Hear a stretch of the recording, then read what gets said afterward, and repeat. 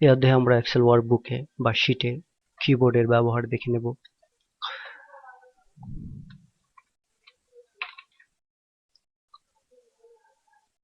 এখানে প্রত্যেকটি সেল আছে। আমাদের এক্সেল ওয়ার্কশিটে বা ওয়ার্কবুকে কাজ করার জন্য আমাদের এন্টার লাগে, অ্যারো কিগুলো লাগে, ব্যাকস্পেস এগুলো অবশ্যই লাগে।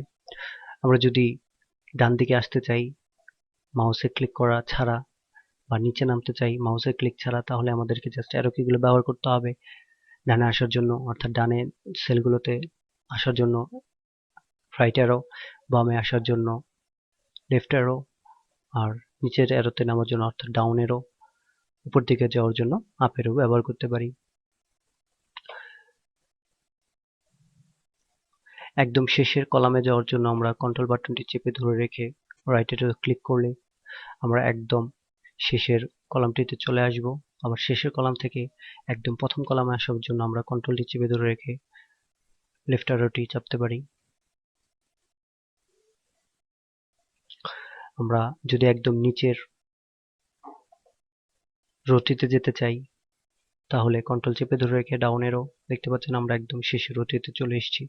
আর আমরা যদি উপর রোতে যেতে একদম প্রথম রোতে যেতে চাই তাহলে কন্ট্রোল ধরে আপ অ্যারোটি ক্লিক করতে পারি।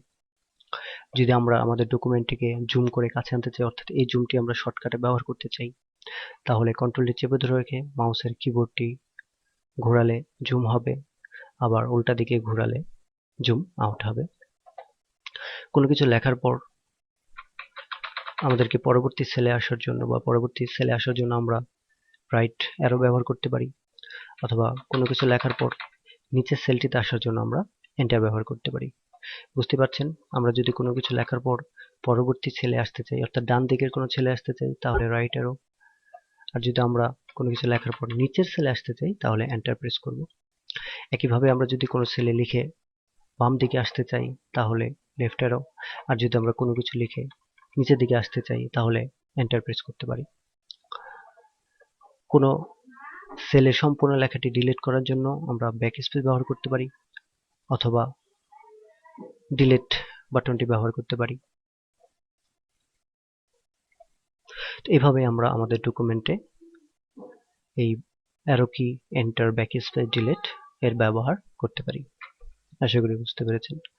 ধন্যবাদ।